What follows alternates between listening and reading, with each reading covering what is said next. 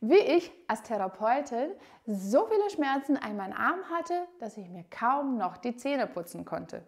In diesem Video erkläre ich dir, warum die Schmerzen entstanden sind und was ich dagegen gemacht habe, damit ich weiter schmerzfrei meine Hände nutzen konnte. Ich habe in Brasilien Physiotherapie studiert.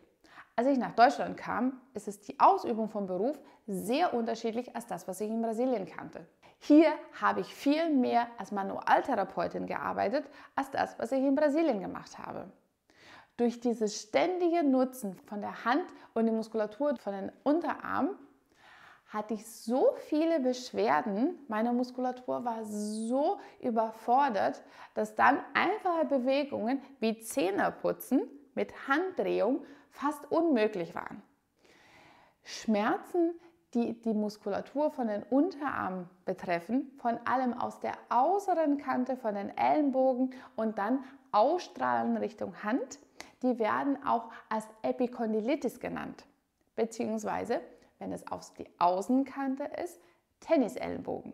Diese Beschwerden entstehen, weil die Muskulatur eine Überforderung erfährt. Meine Muskulatur war nicht dafür gut trainiert, um diese Belastung auszuhalten. Und auch ich habe am Anfang gelernt, dass bei einer Epikondylitis, einer Tennisellenbogen, dass man die Muskulatur erstmal dehnen sollte. Das Problem dabei ist, dass eine Dehnung der Muskulatur langfristig keine Linderung der Beschwerden bringt, weil die Belastbarkeit dadurch nicht verändert wird. Und da ich nach wie vor noch arbeiten müsste mit meinen Händen, war die Dehnung keine Option.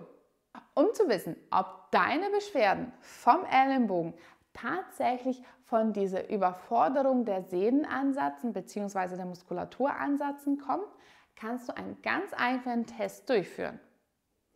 Du streckst deinen Ellenbogen aus, in dem Fall, wo wir jetzt die Außenmuskulatur jetzt halt untersuchen. Du streckst deinen Ellenbogen aus, bringst jetzt dein Handgelenk nach unten in eine Streckung. Versuchst jetzt dabei noch eine Faust zu machen.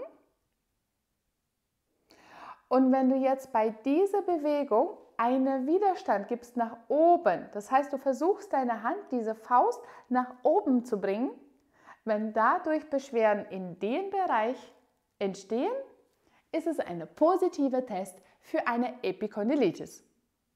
Eine Struktur wird belastbarer, wenn die besser mit Blut versorgt wird, beziehungsweise mit Nährstoffen versorgt wird und wenn sie auch gekräftigt wird. Deswegen helfen Dehnungsübungen eher weniger.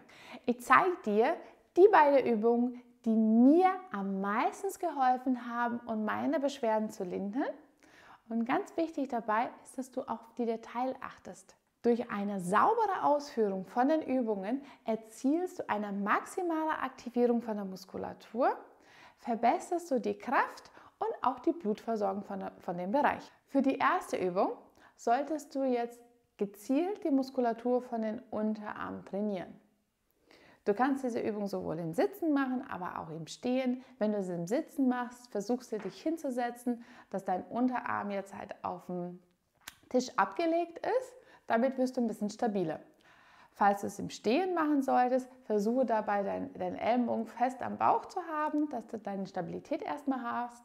Und diese Muskulatur, der geht über den Ellenbogen, das heißt, er beugt das Ellenbogen. Der sorgt dafür, dass du die Hand nach oben strecken kannst und dass du die Hand nach oben, dass die Handfläche nach oben Richtung Decke zeigst. Und diese Bewegung sollst du auch genau ausführen. Du gibst jetzt mit der gesunden Hand einen Widerstand, dein Ellenbogen ist jetzt gebeugt, versuchst du jetzt die Hand nach oben zu bringen und dann auch die Hand zu drehen Richtung Decke.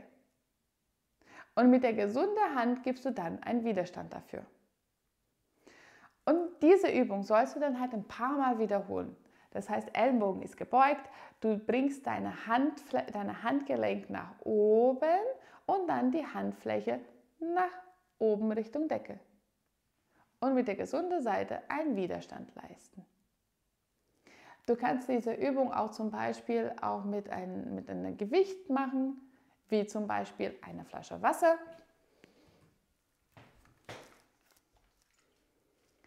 Handgelenk hoch und dann nach oben drehen Richtung Decke. Oder wenn du jetzt eine kleine Hantel hast oder mit dem Terraband. Wichtig dabei ist, dass du einen Widerstand hast. Es soll so viel sein, dass du in der Lage bist, diese Übung durchzuführen, aber nicht so doll, dass du 2 Stunden nach der Übung mehr Beschwerden hast. Bei dieser Übung geht es hauptsächlich darum, dass du die Belastbarkeit vor allem für die Ausdauer der Muskulatur wieder erhöhst. Deswegen ist es wichtig, dass du mit einer geringen Widerstand arbeitest, aber einer höheren Wiederholungszahl. Versuche mindestens 12 bis 15 Wiederholungen durchzuführen und dabei mindestens 3 bis 4 Serien. Wenn dir dieses Video bis jetzt gefallen hat, freue ich mich, wenn du meinen Kanal abonnierst und lass einen Daumen nach oben. Damit unterstützt du meine Arbeit. Wenn im Alltag eine Struktur sehr belastbar wird, durch vieles Tippen, ist es auch wichtig, dass sie eine geeignete Blutversorgung bekommt. In den Unterarm wird die Muskulatur durch die Arterien versorgt, die jetzt von dem Halsbereich unter die Brustmuskulatur und dann bis zum Arm weiterführt. Übungen, die darauf zielen, die Beweglichkeit bzw. deine Haltung von Brustkorb zu verbessern und dadurch auch eine bessere Durchlässigkeit von den Arterien haben, damit die Muskulatur besser versorgt wird, unterstützen die Heilungsprozess bzw. die Regeneration von dieser Muskulatur und Sehnen. Die Übung, die ich dir jetzt zeige, sorgt dafür, dass die Durchlässigkeit von den Arterien besser ist, die Beweglichkeit in voller Ausmaß von Ellenbogen und Schulterbereich verbessert wird und dadurch ist die Muskulatur besser versorgt und kann besser Widerstand leisten. Du kannst diese Übung rein in trocken machen oder einen Widerstand, indem du jetzt halt ein Band von vorne nutzt als Widerstand. Du beginnst die Übung mit deinen beiden Händen zeigend nach vorne, beugst die Ellenbogen, zeigen deine Hände nach hinten, nach oben zu dir hin und bringst dann die Ellenbogen so weit wie du kannst nach außen. Das Ziel dieser Übung ist, dass du erstmal den Brustkorb öffnest, dass du die Pectoralis-Muskulatur in dem Bereich dehnst, komplett nach hinten kommst, aber auch aktiv den Ellenbogen beugst und die Hände nach außen drehst. Und dann wieder zurück nach vorne. Und auch diese Übung solltest du 12 bis 15 Mal wiederholen.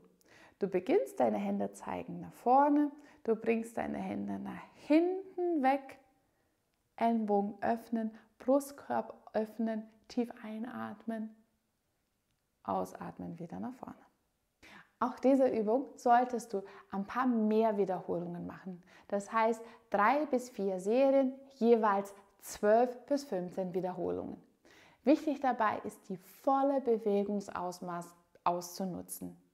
Wenn es dir zu schwer fällt, behält man die Wiederholungsanzahl und reduziert dann nur die Serienanzahl. Diese beiden Übungen haben mir extrem geholfen bei meinen Beschwerden. Heutzutage bin ich wieder beschwerdenfrei. Ich bin mir sicher, die werden dir auch helfen. Weitere Übungen, um die Beweglichkeit von dem Brustbereich zu verbessern bzw. deine Haltung von der Brustwirbelsäule zu verbessern, findest du in diesem Video. Und wir sehen uns beim nächsten Video. Bis dahin. Tschüss.